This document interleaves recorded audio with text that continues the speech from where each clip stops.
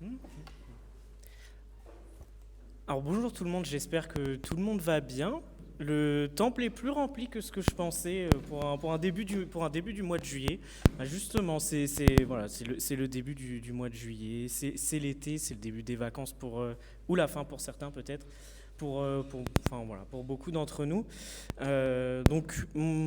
Cette prédication sera plus un ensemble de réflexions, plus qu'un message, surtout que, bon, je vous invite à venir en échanger après, parce que je pense que certains d'entre vous seront peut-être pas forcément d'accord avec avec ce que je vais dire aujourd'hui. C'est parfaitement normal, hein.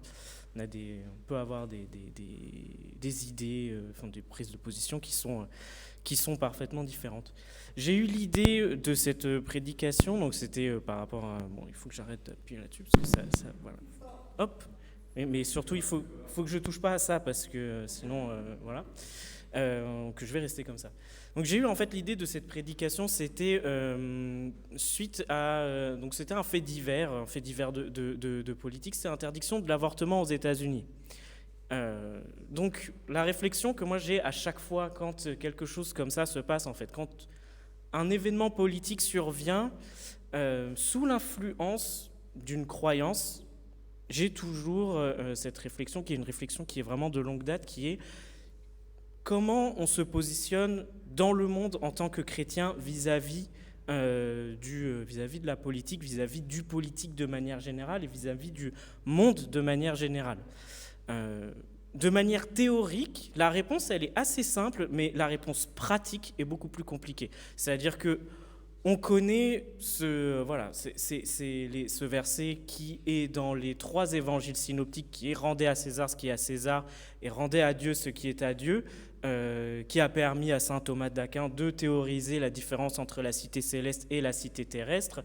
Donc, théoriquement parlant, on devrait tracer une frontière bien délimitée entre le monde d'un côté, le politique d'un côté, et le monde spirituel, la foi de l'autre. Sauf que en pratique, c'est quand même beaucoup plus compliqué. On ne peut pas simplement, enfin, il est très compliqué de simplement s'arrêter à ce simple constat. Déjà pour plusieurs choses, c'est que le politique de manière générale, c'est pas simplement les élections, les prises de décision législatives, mais de manière beaucoup plus globale, la définition du politique, c'est la manière d'organiser d'organiser le pouvoir, d'organiser les relations entre les êtres humains. Et même les chrétiens de l'Église primitive, c'est-à-dire ceux qu'on voit dans les actes, ne sont pas exempts de problèmes dits politiques, c'est-à-dire d'organisation de leurs relations. Notamment, on le voit dans le livre des Actes, mais également dans les épîtres de Paul. Si Paul écrit aux différentes églises, c'est pour une forme d'uniformisation de leur relation entre eux. C'est pour leur donner au moins une forme de standard minimum à respecter aux différentes églises. Et c'est normal qu'on ne puisse pas y échapper, tout simplement parce que nous sommes des êtres humains. Nous vivons malgré tout dans le monde, donc on est forcément un peu impacté. On a forcément une prise de position, que ce soit par rapport à des sujets éthiques comme l'avortement ou même, enfin, par exemple, le mariage pour tous, même si on ne va peut-être pas développer là-dessus parce que c'est toujours un peu sensible. Voilà, moi j'évite de... Je ne marche pas sur les mines, hein. Je contourne les champs de mines. Personnellement, voilà, je tiens mes membres. Mais c'est vrai, on a tous eu, et même en France, il y a eu des prises de position parfois dures et un peu... Enfin, voilà, il y a eu même des chrétiens qui ont manifesté contre, etc. Enfin, c'est pas si évident que ça de simplement se dire le monde terrestre est là et nous, on s'occupe seulement du spirituel. C'est d'autant plus difficile que nous, on est des chrétiens d'aujourd'hui, on n'est pas des chrétiens de l'Église primitive. L'Église primitive, eux, ils ont été, et ils ont de tout temps été éloignés, enfin, dans leur contexte, si vous voulez, ils n'ont pas touché au pouvoir politique, ce qui n'est pas le cas de l'Église actuelle, y compris de l'Église protestante. Nous, on est forcément un petit peu influencés par ça. Je vais expliciter un petit peu mon propos, c'est que les chrétiens de l'Église primitive, ils étaient de leur côté. D'ailleurs, c'est un peu pour ça qu'ils ont été persécutés, c'est parce qu'ils avaient une forme d'organisation un peu anarchique, ce qui est un peu généralement dangereux pour un pouvoir constitué. Nous, on vient justement au processus de l'histoire, le christianisme est devenu éminemment politique à un moment donné, notamment depuis la conversion de Constantin, merci, en tout cas de l'empereur romain, qui ensuite a constitué l'Église en tant que pouvoir autonome politique. Ce que notamment l'historien Henri Guillemin disait que c'était le début de la dénaturation du christianisme. C'est l'entrée du christianisme dans son politique en a fait une sorte de nouvelle religion un petit peu bâtarde avec un certain ajout de nombreuses règles qui l'ont un petit peu dénaturé. Par exemple, un exemple tout simple, par exemple l'interdiction du mariage des prêtres, qui est encore de vigueur aujourd'hui chez les catholiques. Pourquoi ça existait à la base ? C'est un motif politique. C'est parce que il fallait empêcher, c'était souvent des nobles, les gens du clergé, on ne va pas se mentir, mais c'était souvent les cadets. C'était souvent les aînés, ils héritaient du titre de seigneur ou de duc, etc., ainsi que du duché, de la terre en elle-même. Et le cadet, il allait dans les ordres. Sauf que, pour éviter une transmission héréditaire par les membres du clergé, il fallait empêcher qu'ils se reproduisent. Donc, il fallait empêcher le mariage. Parce que bien évidemment, un enfant conçu hors mariage était un enfant qui n'existait pas. Globalement parlant, c'était ça. Donc, on est influencé par le monde, fatalement. Et nous aussi, même si on est plus en retrait, notamment dans une société comme la société française, on est plus en retrait, on est influencé par le monde. Alors pourquoi est-ce que je fais cette démonstration que les limites elles sont un petit peu floues ? Parce que justement, quand on voit, nous, on n'a pas trop d'influence en fait sur la sphère politique. Et je pense que c'est une bonne chose, à titre personnel. Je pense que justement, plus on peut se retirer de la sphère terrestre, et plus on est en mesure de porter la parole du Seigneur de la manière la plus efficace possible. Parce qu'à partir du moment où on est capable, non pas simplement de la porter par le message, mais de la porter par la force en imposant un certain comportement, comme par exemple l'interdiction du droit à l'avortement, je pense qu'on en vient à nuire au message de Dieu. Tout simplement parce que on ne le donne pas, on ne donne pas l'évangile, on ne l'annonce pas, on l'impose. On l'impose. Parce que aux États-Unis, il n'y a pas que des chrétiens. Donc pourquoi ce sont des prises de décision politiques chrétiennes qui devraient régir la vie de certains non-chrétiens ? C'est une vraie question. On pourrait penser que du coup, on ramène le royaume céleste sur le royaume terrestre, mais est-ce que ce n'est pas une forme d'ego que de tenter de faire ça ?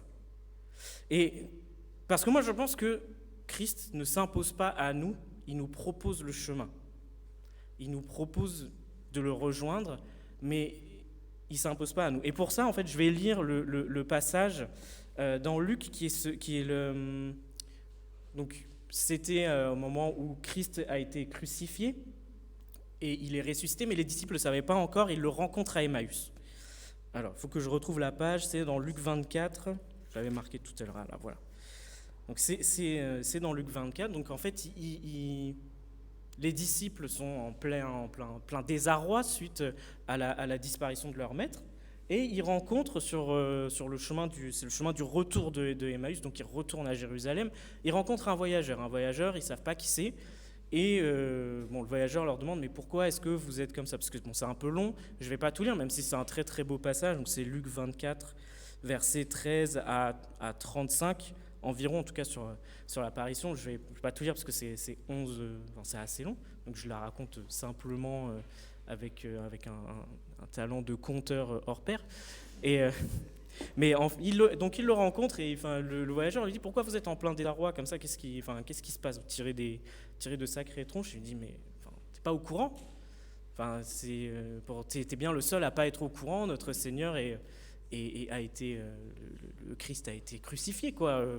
Je veux dire, c'est vraiment vivre dans une cave pour pas savoir ça. » Et le voyageur leur donne des interprétations du Christ, interprète l'Écriture en leur donnant tous les éléments qui concernaient Jésus dans l'Écriture. En fait, il leur fait un enseignement qui ne nous est pas retranscrit d'ailleurs, mais il leur fait un enseignement. Et au moment où ils arrivent à destination, qu'est-ce qui se passe? Alors voilà ce qui se passe, parce que ça je vais le lire directement. Lorsqu'ils furent près du village où ils allaient, il parut vouloir aller plus loin, mais ils le retinrent avec insistance en disant « Reste avec nous, car le soir approche, le jour est déjà sur son déclin. » Il allait partir. Et ce voyageur, c'était Jésus.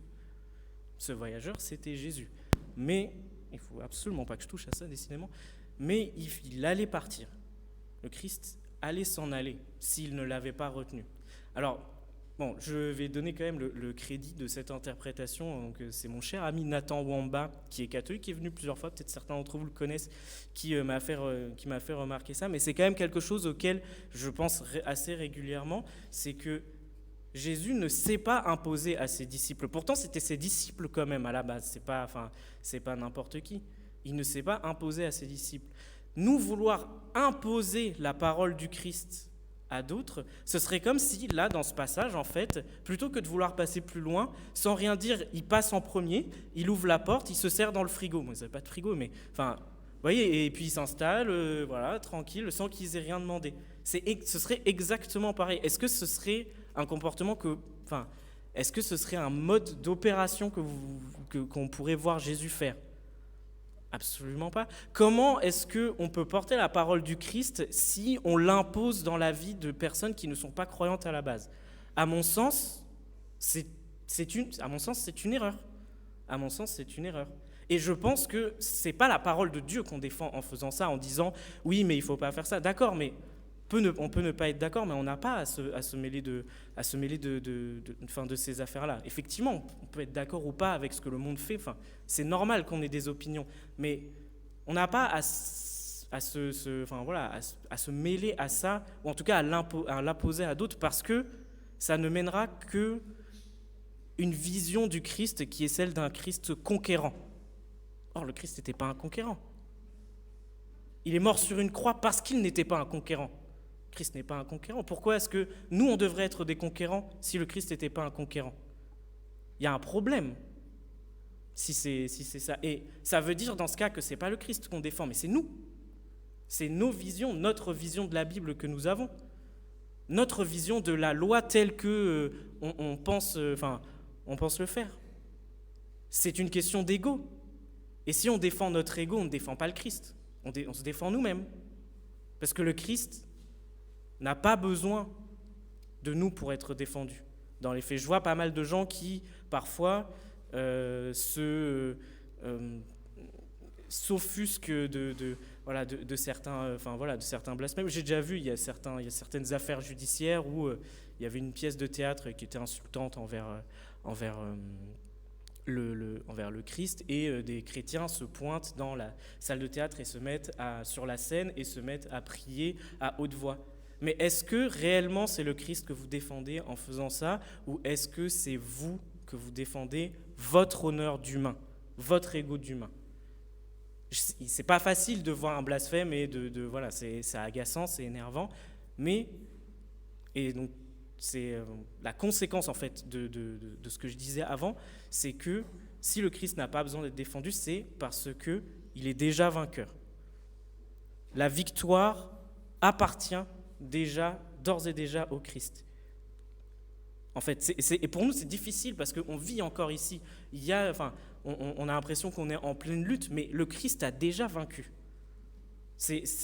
Vouloir combattre au nom du Christ, c'est un non-sens, parce que combattre, on a nos combats spirituels personnels, mais vouloir défendre le Christ quand le Christ est déjà vainqueur, et les moqueurs auront leur récompense en fait, d'ores et déjà. S'il n'y a pas à mon sens en tout cas, après peut-être que je l'ai dit, c'est ma prise de position, c'est une prise de position qui n'est pas forcément partagée par tout le monde. Donc sur cette victoire finale du Christ, qui je pense est très importante à toujours se rappeler, parce que pour nous, c'est pas évident, parce qu'on vit, on a un début, une fin, des combats au milieu, et du coup, forcément, eh bien, on ramène le Christ à notre niveau terrestre, parce qu'on l'a connu au niveau terrestre, mais c'est un être céleste. Tout comme, tout comme le Père, le Fils et le Saint-Esprit sont tous trois des êtres célestes qui aussi échappent à notre logique. Et nous, pour les appréhender, forcément, on les ramène à notre propre finitude. Mais pourtant, la victoire leur appartient déjà. Techniquement, elle nous appartient même déjà.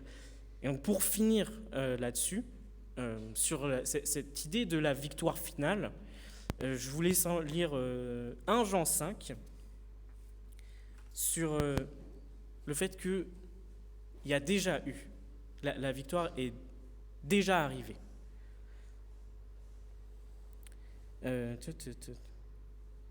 J'ai pas noté exactement le verset, mais c'est le 4e. Enfin, je vais lire à partir du 3e, parce que c'est au milieu d'une phrase. Or, ces commandements ne représentent pas un fardeau, puisque tout ce qui est né de Dieu remporte la victoire contre le monde, et la victoire qui a triomphé du monde, c'est votre foi.